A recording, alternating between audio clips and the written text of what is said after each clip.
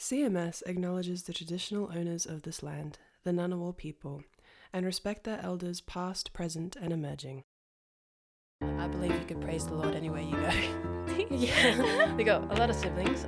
Jump from the building in the school. CMS Lingo Lounge 91.1.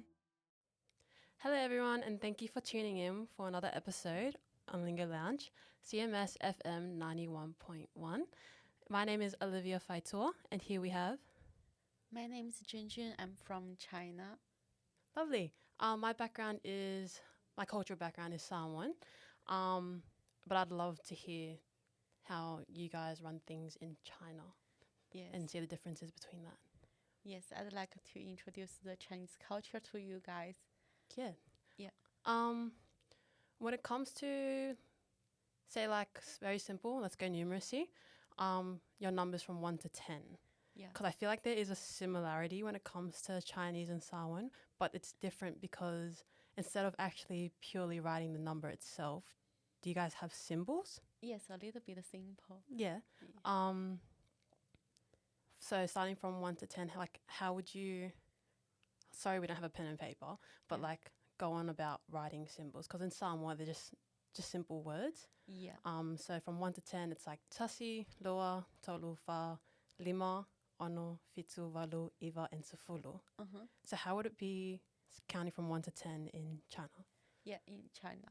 1, 2, 3, 4, 5, 6, 7, 8, 9, 10. From 1 to 10. Right. That's very cool. Thank you. Because that's sort of saying like our alphabet as well. It's sort of like vowel noises rather than actually saying the letter itself. So that's cool when it comes to that's how you guys count from 1 to 10. Because instead of entirely saying the number itself, you guys have that sort of vowel sounding, sounding it out. Sort of like in the Samoan alphabet, it's very different. We have certain letters that we don't include. So the Samoan alphabet is A, E, I, O, U, Fa, Nga, La, Bo, Nu, Pisa, TV, He, Ka, Ro. So yeah, they're very just simple sounds, but we don't actually say the letter itself. And would it still be similar when it comes to the Chinese alphabet? A little bit. In China, we say A, U, E, I, U, Ü. A little bit familiar, right? Yeah, that's very familiar because very, very similar actually. Because that starts off with just coming from the English alphabet. It's basically just the vowel sounds, no consonants at all. Yeah. But that's very similar. That's cool that I got to connect with you on that one. Yeah. What else is there when you want to any traditions? Traditional festival. Yeah. Well, I understand that you guys just had your Chinese New Year. That's right? Yeah, you're right.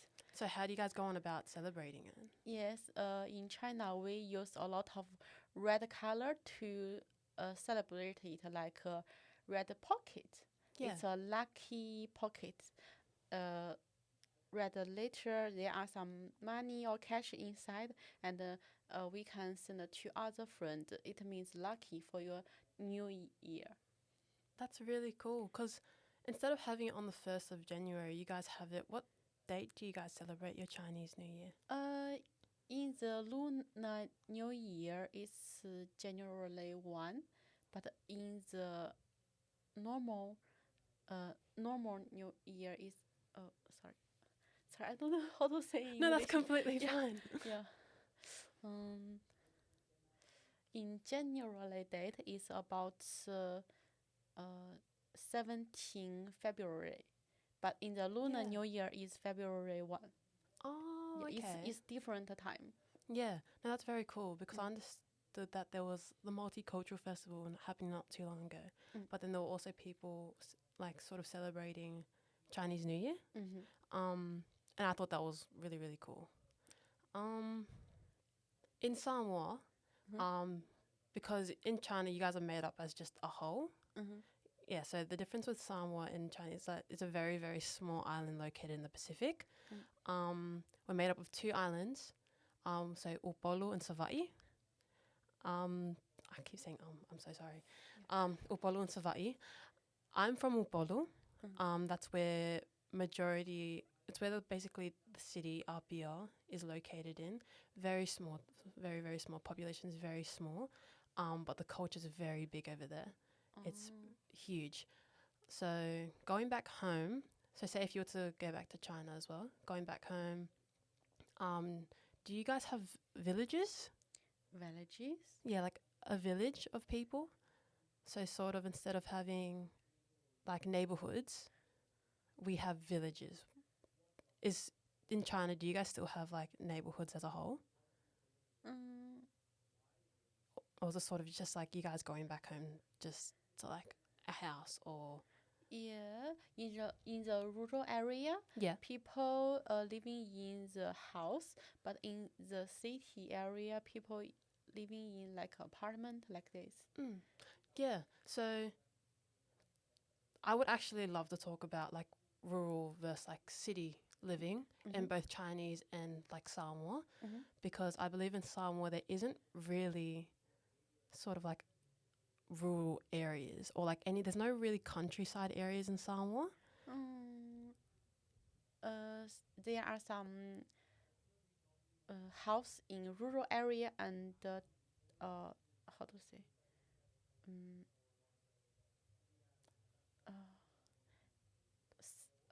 Like city? nearby city, not very city, Yeah. not very downtown. Yeah, that area there are a lot of house or townhouse. Yeah, but in the downtown it's very expensive, so there are only apartment. Yeah.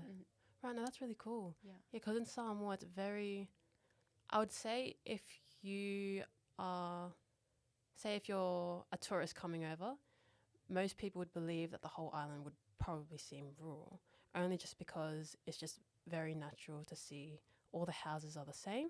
So like I said, we work, instead of like neighborhoods, we have villages. So everyone is identified by what village they come from. So if I was to introduce myself to say another local Samoan back at home, I'd say that I am from Faskoota and Whangalii. So those are my two villages that I'm from, and one's from mum and one's from dad. So entirely, you can't really choose your village. It's sort of passed down from generations of where your family grew up. And the only big thing about the villages as well that's very, very different to many people is that it's so big of being run by family that even, like, we don't have graveyards. Like, we don't have cemeteries back at home. We have, when a family member passes away, we have the funeral and sort of bury them in front of the house. So when you visit other houses in Samoa, you'd introduce a family. The family would come to greet you, but you'd also see like gravestones. And they're very different to the ones here in Australia as well. And they're probably different in, probably not too different from China, where they're just, not just the gravestone itself, you have the gravestone and the whole body of the, say like the burial. Yeah. But they're always planted and they're buried in front of the family house. So, yeah, that's when it comes to villages. You can't really pick and choose of what village you want to come from. Like if you're a Samoan, you'd have to run by the family. So wherever your family's from, you will also go back and live there. Yeah. So, yeah, very different. There are different parts in Samoa where you'd think that don't have much as many people. So the closer you live to the city, the more that you sort of have. Yeah. Yeah. Awesome. Yeah. Do you want to talk about family traditions? Yes, sure. Yeah. In China, there is a big family and a big family relationship. So, generally, the children living with their parents, their grandma and grandpa, maybe more than 5 people in a house. So they have a very strong relationship. Yeah. Yeah. So do you guys have, I'd say, gender roles? Yeah. Like, are they big in like a family tradition in Chinese? So say like, what is the role of a local Chinese woman in the family? Yes. In China, women will stay at home and do homework, not work outside. Yeah. So the father earn money outside, and the mother will do the homework inside. And the children always study at school like this. So I think the female will have a not a very high level in the family. Yeah, so like they're not like that's sort of like a gender hierarchy. Like they don't. Yeah, you're right. The hierarchy. Yeah, so it's like saying that women don't have much more of like an opportunity as the men do. They sort of just just do like the local like housekeeping. Yeah, you're right. Just studying. And I'm guessing like the men, they go out and work and provide. Yeah. Yeah, I feel like that's very similar to Samoa as well. It has changed over time. It definitely has. It is still like this. Really? It's still the same. Yeah. So, but women do work. Like Chinese women, do they work back at home? Just several female lady to work outside, but almost lady after the marriage will stay at home. Yeah. To do homework, to take care of the baby. Yeah. Because were you born Mm-hmm. over you say you were born in China? Yes. And then how old were you when you moved here? How old are who? How old were you when you moved here into Canberra? 26. Oh, right. Okay, that's now really cool. I'm 29. Oh, so you've been here for 3 years? Yeah. Is that just in Canberra or just in Australia Only in general? in Canberra. Oh, nice. Well, that's very exciting though. Thank you. Because I was born in Canberra. Wow. So I was born here and raised here. Mm-hmm. My parents though, they were born in Samoa. Uh-huh. They did move to New Zealand and then they decided to move here. Where we expanded the family. So I'm not too sure about you, but do you have like a lot of siblings and a big family? In China, I have a big family. Yeah. But in Australia, only one person, me. It's just in you. Canberra. Oh, right. Oh, that's very independent. But that's good because you're living at uni. I'm living out of the campus. Out of campus. I living in an apartment out of the campus. No, that's really good. All right. Yeah, because we grew up here.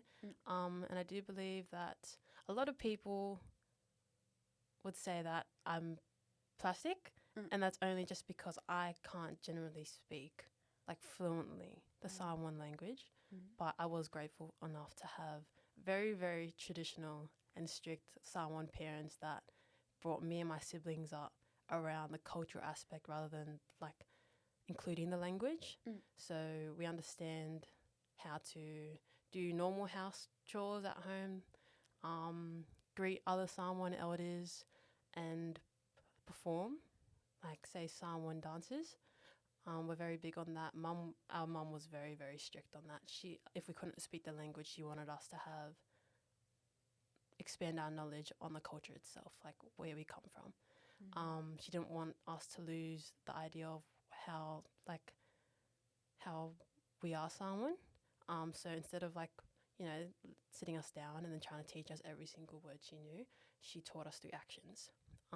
So yeah,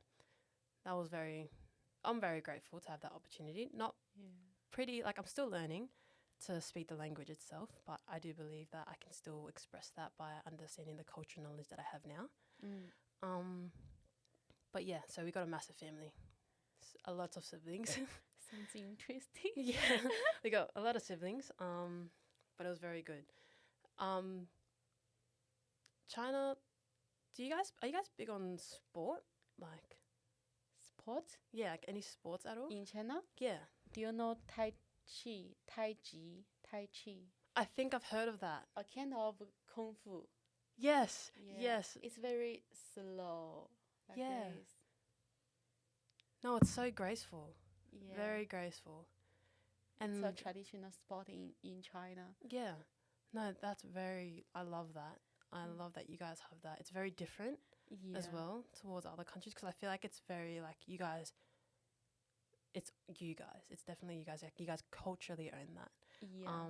And it's not like every country can just randomly learn it and do it. Yeah. So I feel like that's very unique, and I love love that. Even in movies as well, You're right. they sort of like include that within it. And I felt like even when movies include it, everyone knows where it's originally from. And I feel like that's perfect. While in Samoa, we just have rugby. Everyone's massive on rugby. Mm-hmm. But I feel like a lot of Samoans believe that it's either rugby. If you make it in rugby, you got to make it in school. If not, then there's nowhere else to make it in life. That's sort of like the similar mindset a lot of people have in Samoa. Talk more about like growing up Yeah. in China and then seeing the difference. Actually, I'll ask you that. Mhm. Like, what challenges or goals that you overcame or that you had to work towards growing up in China and then all of a sudden having to move here Mm-hmm. 3 years ago? Yes, Yeah. years ago So, I came here. Yeah, 3 years ago you came here. What was the biggest cultural difference for you? Like, what made you think, like, what made you feel like this is completely different? Because obviously you had a different upbringing than it was in China, and I'd love for you to talk about that because I was born here in Canberra, so I didn't have too much of a like difference of comparing of how I grew up in Samoa, but I know the differences. But I'd love to hear your experiences on that. Okay, sure. Yeah, the one challenge is language. In China, we can say anything, but we change to another country, we can use only words I know to Yeah. to say. So sometimes I will say wrong. It will be understanding mistakenly like this. Another challenging is a different job marketing. In China, there are a lot of technology or internet company like Alibaba, like Tencent, like this. But in Australia, there are a lot of job is about government or Yeah. retail or others. For computer science, it's harder to find a job in Australia, Yeah. but it's easy to find a job in China. Yeah. Yeah. How about school? School, yeah, there are very different culture in school. Yeah. In China, for each semester, the school, the management, the tutor, the teacher will help you to select the courses. The courses for the student are fixed. Right. Yeah, you cannot choose. But in Canberra, the student can choose what any courses you can choose. Yeah, so you have the option Yes. to choose your classes, while in China it's a very strict program. Yeah. So for students in Canberra, you need to plan your courses, plan your future, plan what course you need to choose like this. Yeah. No, that's really, really cool. It's very different. Yeah, very different. I could imagine. Yeah, so in China, maybe some student in the uni, you always like a kid. The teacher help you do anything. You just to study and finish the exam. It's okay. Yeah. Wow. That's insane. Yeah. I couldn't imagine. Like, that's very, very strict. Yeah. Oh, I remember another different. In Canberra, like ANU, for each semester, generally students choose 4 courses. But in China, in the university, student need to choose about 10 courses for each semester. So it's very, very busy. 10 courses. Yeah, and for each courses, maybe have 2 to 4 classes per week. Would you have to, like, would some students say that you guys do 10 courses and that alone's already very full on? Very full. Do you have some students who study those 10 courses but also work on the side? No. For maybe every student are full-time student do not have a job outside. Yeah. Maybe it's a Chinese culture. In China, For each family, parents support the student to study in the university, so the student do not worried about the money and the tuition fee. That is such a beautiful relationship. Yeah. Like, I could say that sounds very, very strict, but I think from where I come from, it's Yeah. very different, and a lot of Samoans, like who are also students, would love that. And that's only just because I feel like from a Samoan background, when it comes to parents and schools, it could vary. It's very different. I'd say most people, like most Samoan parents, believe that yes, the students should go to school and study, but I think most uni students in Samoa will study, but they also have a job on the side. And that's just so they could help provide for their family, while instead of the family providing for them while they go to school. So I feel like that's like a complete opposite when it comes to Chinese schools and Samoan schools. But I do also think it's also because I don't think Samoan schools are that strict on their students, like giving them 10 courses that they are forced to do. Like, they can't have the option to pick their courses. Yeah. While in Samoa, you get to pick it's sort of similar like here, you get to pick your degree, you get to pick what you choose to study. But most of the students have a job on the side. But that's insane, like 10 courses. But do you believe that like your parents not letting you work while studying is like a limitation? On one side, the parents support you, the living fee, the tuition fee, but in other side, the parents and the school manager will control you, manage you. So you have Like the school institution basically owns you. yes. So there are a lot of limitations. Yeah. And then after you finish studying at uni in China, is it just straight into the work life? After the graduation, student will go to find a job Yeah. in the big city. Generally, it will be not rich, right? So the parents always support the young people. That is so Yeah. beautiful. For example, the young people get maybe 1,000 Australian dollar Yeah. per month. Maybe he or she think it's not enough, so the parents will support extra 1,000 Australian dollar per month Yeah. for your rental fee, for your living fee, like this. Yeah. I feel like in a Samoan family, they really pressure the kids into getting school done. But saying they also love them to find like a good job, you know, if they're doing sport, they want them to go big, like have big dreams. I feel like that's what the Samoan family does. But that's just because ideally the Samoan parents want their kids to be a lot better than them. Because understanding that growing up in Samoa back then, like my parents, they didn't really have much. All they could really do was support their own family. So they believe that if I'm at uni now, I also work on the side, and then like they want me to provide a better future for myself, just better than what they did. But they also, and this is where it's different, they also want me to provide for them as well. Because in Samoan culture, it's very big on honouring your parents, and they're massive on that. I do believe some Samoan kids, though, struggle a little bit because in China, do you guys have, like, family discipline? Yeah, you're right. Yeah. What's your, like, how would the family discipline you? Like, I think the family will manage and control you all of the things like your study, your marry, your find a job, your everything.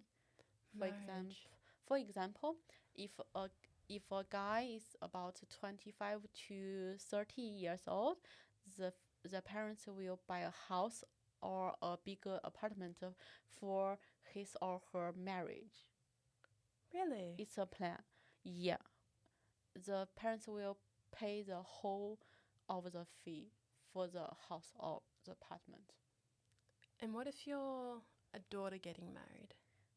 Generally, the married age is like 28 or 30. So if your daughter gets married, do her parents also provide? Yeah. Yeah. Wow. If someone's family is not very rich,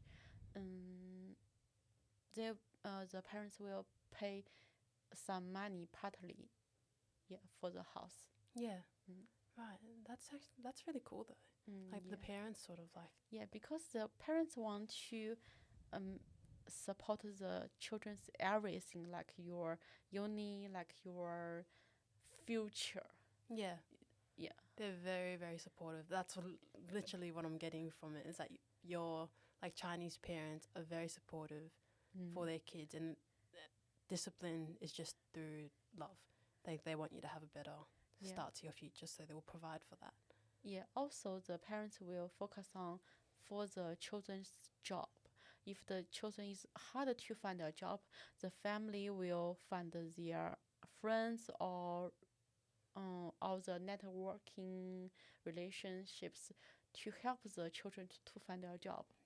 Really? Yeah, like for example, the parents introduce the children to their friends' company to do general stuff. Yeah, that's so beneficial for like the kids. That's so beneficial. Like that's so cool that the parents are like putting their hands up to be like, look, this is what I want to do. Like you can't find a job. Like I will help you find a job. It's very popular in China. Yeah. I feel like me personally, Mm-hmm. like growing up in Canberra, it was strictly just get through school. Because I'm also a rugby player myself, get through school, focus on footy, see how I go with that. And then that's basically it. They just say, do good in school. Like that's basically what my parents did. But then as I grew older, the stricter they got. They wanted me to get good results because they understood that if I do good in school, I get a good job. Which I don't disagree with. I don't disagree with that at all. I just felt like because there was also like a cultural barrier. This is when I didn't have much knowledge on Samoan culture itself, where they still believed that we were living in the times where they were living in. So that's how our house was ran. Our house was run by how they grew up. And it was very, very hard and very difficult because I had so many friends that were growing up in the present times that we were in, while I was still being disciplined the same way my parents were disciplined. I just had a very, very different upbringing, even though I grew up in Canberra. Like we were blessed to have an opportunity to move to Canberra. We just had a very different upbringing, just because my parents were so, like they were so like the urgency they had to have like basically raise kids where they could be proud of. I do believe that like we're not terrible kids. We're definitely not terrible kids. They did a good job, and we are grateful for the discipline they provided us with.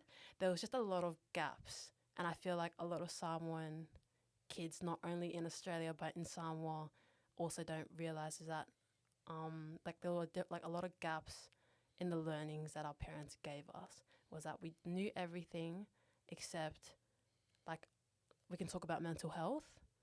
Mental health was on a low. It was very much on a low.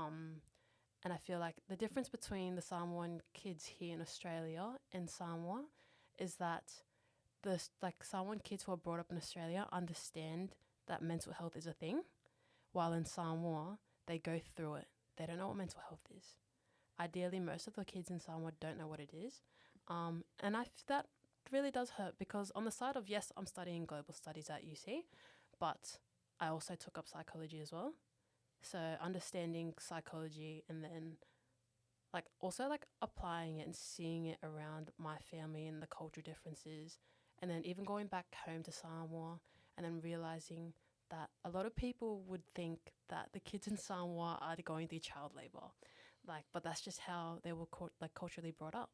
And we can't really say much because that's how Samoa has always been.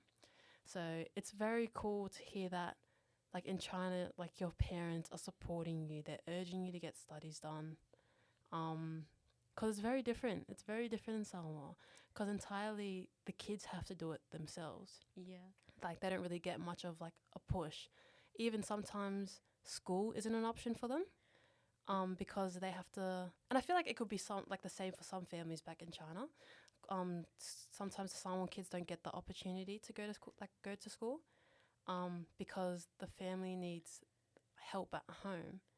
Like they would entirely scratch out school just to help provide for their family. Because I feel like, do you guys have those people that go around selling like random objects just to people out in the street? Yeah, so we have kids doing that back home. So the ages range between like, I'd say 6 to like 13. And they're just going around seeing if they could find tourists or just other people selling like materials, like materials that we use to make clothing.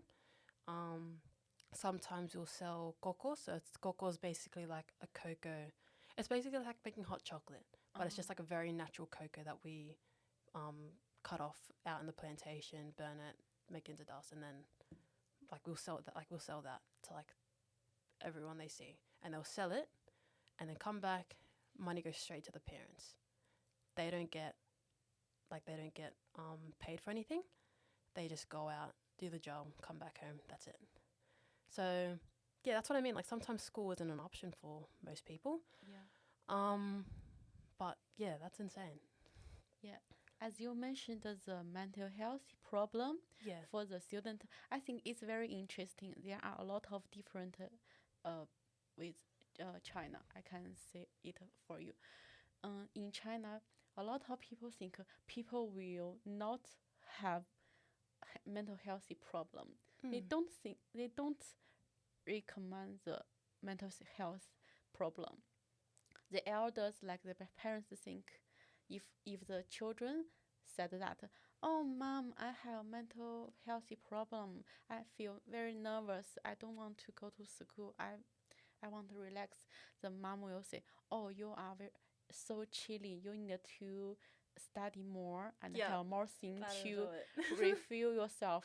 You just feel chilly, so you said you have mental problem. Yeah. Like this. And they sort of just like, even if like in China, like say your mental health comes from school, like well then what are you gonna do? Like if your mental health comes from like say studying so much, saying that you feel like, because do you have much time outside of school? In China, students always in school. Yeah. Maybe more than 50 hours per week. Wow. It's very busy. That's like overtime on a full-time job. Overtime than other countries. Right. So maybe the children will have some mental health problem, but the parents didn't believe he or she. I feel like that's the downfall. Because here's me saying just before, like I'd say like 5 minutes ago, so mesmerized about how you guys have so much support from your families, from urging you guys to go to school. But let alone, I feel like behind the closed doors, the children itself are like, I've been studying so much. Like, I just need a break. But you guys can't catch that break. And that's actually, that's crazy. I feel like there are certain countries, like Samoa is definitely one of the countries that I feel like got to prioritize health in general. But I feel like it's just because the parents are so old school. I'm not saying all Samoan parents. I do believe that, like, especially my parents, I'm blessed to have them because they do see through that, like, sphere of, like, mental health time to time. But, like, I'd say there are Samoan parents out there that just don't believe that mental health exists. They don't think it's a thing, and it's sort of like a myth. Like, understanding that, like, if they go, like, the idea of it is that Samoan parents believe that they got through it, their kids will get through it. Instead of actually trying to put in the time to help their kids overcome the challenges their parents couldn't overcome, they sort of just let the kids kind of like go on about their own mental health. Like there's no really support backing them as well. But yeah, I do feel like Samoa does they do have limitations on the children there and like growing up there. But yeah. In China, even though the parents support the children's like tuition fee, money, and studying resources, but they didn't support the children's mental healthy. Yeah. So I think it's not good for the children. There are a lot of children jump from the building in the school in order to relieve Oh my stress. goodness. Yeah, they pass away. That is so sad. They think so That is so stressful. devastating. Yeah, for example, in the high school, I think more than 50 or 60 hour per week you need to stay in the high school. That is so devastating. Knowing that like Yeah. school in China is that stressful, that Yeah. full on, that it has to result to that. Yeah, in the high school, the student needed to study from 5:40 a.m. to 9:40 p.m. 5:40 a.m. to 9:40 p.m. Oh my goodness. Yeah, and for each eating time, like lunch and dinner, maybe less than 30 minutes. Less than 30 minutes for each lunch time or dinner time. That's actually insane. So the children feel stressful and jump from the building in the high school. Oh, But that's the terrible. teacher and the parents didn't believe they have depression or other mental health problem. Yeah, that's what I mean. Like they don't see that. Like they don't understand the concept of mental health, so they don't consider it at all. Yeah. Yeah, and I feel like that's where like the culture falls very short. It's just the safety and the health of like the people itself, like Chinese people, Samoan people, regardless. But yeah, that's where they definitely fall short in the like culture aspect. Yeah, no, that's terrible. So terrible. That was a really sad segment. I was getting very sad. But it's okay. In the uni, students study about 40 to 50 hours per week. It's yeah. okay. It's okay as high school. Wow, that's very full on. I feel like in Samoa, like, yeah, like growing up in Canberra in a very like strict Samoan traditional household, yeah, like I did learn a lot. I just very like unfortunately I can't speak the language, but because we have these things like because now my dad lives in Samoa, so he moved to Samoa last year in May. He moved there because now he like we do like. Do you guys have like labels, like sort of like chiefs or say like we don't really have a kingdom, but it's sort of like a hierarchy in a village on like who runs what and who can have a say on this and that. So my dad moved back to Samoa last year in May, and he is a chief of the village that he's from.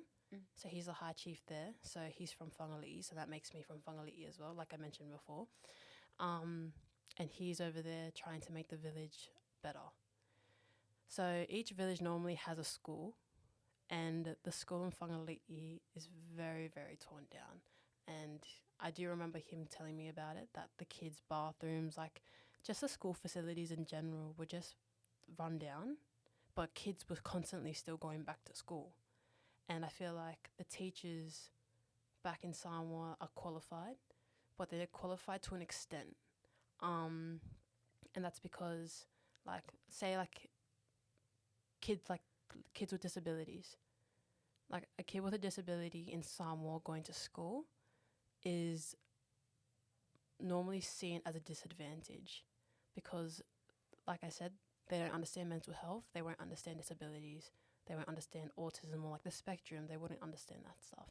So kids with disabilities going back to school in Samoa is a big disadvantage because I believe that some teachers can't provide the teachings that they need in order to learn how to actually understand their disabilities and how to go on throughout living in Samoa with their disabilities, because most kids in Samoa get treated the exact same.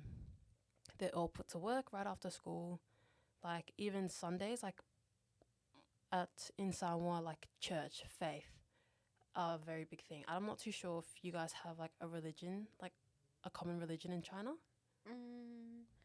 most of people didn't believe the religion. Yeah, it's sort of just like seldom people to Yeah. believe it. so is it like sort of like an atheist? Yeah. Yeah, in Samoa, like our common religion is Christianity. So everyone grows up believing, going to church every Sunday, so on and so forth. But yeah, like religion is huge in Samoa, and it has been for a really, really long time. And when people fly from Samoa to Australia, we still carry that religion over. But yeah, like they kind of like take use of like saying, I'm a Christian, I'm Samoa, that's just who I am. That's it. But yeah. But in China, I didn't believe any religions. Yeah. I believe myself. But after I moved to Canberra, I'm living alone. I'm very lonely. So I want to go to a church to make friends, Oh, that's beautiful. to believe the religion. I think it's something I can rely on and focus on, so I can get a good mental healthy condition. And that's so important as well. And I'm very happy to hear that you chose a church to make that connection. That makes me so happy. Yeah, That's such a beautiful journey. Like, yeah, you were definitely like you were here in Canberra, literally by yourself. But it's such a good way to connect that you went to a church to find that connection as well through people. Like, definitely take care of yourself before drowning yourself into all the uni stuff. In China, I think the religion will let me to give money to support money for the religion. But after I moved to the Canberra, in the church, no one let me to support the money. I can eat the free food. I can make friends. I can participate in the events. All are free. No, that's because I feel like that's what it's all like. It should be about. And like in the Samoan culture, I feel like some churches are very strict on, giving money. So we call them like whalawalavis, and that's sort of just like giving money to like the church. And sometimes, I'm not saying all the time, but this is what I've experienced, is that the more money you give to the church shows how important you are into the church. And it's sort of like, I believe I saw it as like a money competition, and it's just like the church eats your money, which is like, and what my parents told me is that it's a good thing to give money to the church, because like in a way you're giving money and then in return you're getting blessings. But I do believe that there were some people that struggled to give money to the church, and a lot of people didn't understand that. Because like I said, in Samoan churches they're very strict when it comes to church, very, very strict. Well, strict in the church that I come from. Sort of like everyone like donates money towards the church, and then in return it's sort of like you're getting blessings. Which is always good, but I believe the more money, whoever provides the more money is like the most important person. Like you could always rely on them to give money to the church, but I feel like outside of the church, you've given so much to the point where sometimes you do struggle with your own finances. And I believe, like me personally, I don't believe that money is a big thing. It shouldn't be a big thing when it comes to going to church. Because the way I see a church is it's a house, it's a hospital for sinners. You go there to, show your worship, express your religion with others. And then, I believe that shouldn't cost anything. I don't think money should be involved. Although it's good if you want to expand your church, and, it's always good to donate. But sometimes I don't see money as a must. You must have money on you to give to the church. And I feel like I will probably get blasted for that, but that's okay. It's just a cultural aspect on religion from Samoa, where there are just some parts I just don't agree with, but it's whatever makes everyone happy. I believe you could praise the Lord anywhere you go. Yeah, that's so interesting journey. Yeah. But yeah, that's religion for you. I felt like throughout this podcast we've sort of talked about we've talked about numeracy, the alphabet, and then we jumped straight into family traditions. Yeah. And then talking on about like mental health, and that was a big conversation Yeah. because I feel like those are like the sort of conversations that culturally and globally Mm. no one really touches base on. Mm. Just because it's different everywhere. Like mental health is different everywhere, but it's definitely something that I'm very glad that me and you got to have a conversation with. And then talking on about religion. Would you like to talk about like hospital or medical system? Oh, Like, definitely. it's so interesting. I'd love to, because the healthcare in Samoa isn't the best. It's not. Like, it's not the best. I am thankful. Like, I believe that there are people, like doctors in Samoa, that are trying their best. They do try their best. We just don't have the health facilities. Like, we don't have the help at all, or like the funds to help people that actually are going to the hospital. Like, I believe that going into a Samoan hospital, like, it's just not the best place to get health, but that's the only option most of the locals in Samoa have. Wow. So, like I told you that my dad lives in Samoa. Every time when he has an appointment or a checkup, he flies back over here to Canberra. He'll go to the hospital here. He will have the healthcare here, and then he'll go back. And that just shows how much trust we have in the hospitals in Samoa, is that it's very low because the funds are low, and I believe that we aren't actually prioritizing our healthcare. But I don't know what it's like in China. I'd love to hear it, but that's just my thought on the healthcare system in Samoa. It's not the best. Yeah, I want to share the different from Australia hospital and the Chinese hospital. Yeah. For example, in Canberra, I want to book a GP in a clinic. Maybe I need to book it before 2 days or 5 days ago. That I can see the GP. Yeah, GP means doctor. Yeah. If I have very emergency disease, I need to go to the ED, emergency department in the hospital. But after I go to the hospital, I need maybe 1 or 2 hours. I just can't see the doctor. Yeah. Last time I see the ED in hospital, I use 7,000 Australian dollar. Mm-hmm. Yeah, but in China, if you have very emergency, you go to the emergency department. Less than 10 minutes, you can see the doctor, and the doctor will treat for you. And maybe 100 RMB is about 20 Australian dollar.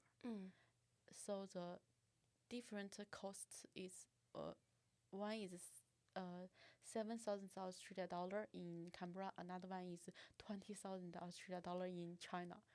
This is the different costs for the people.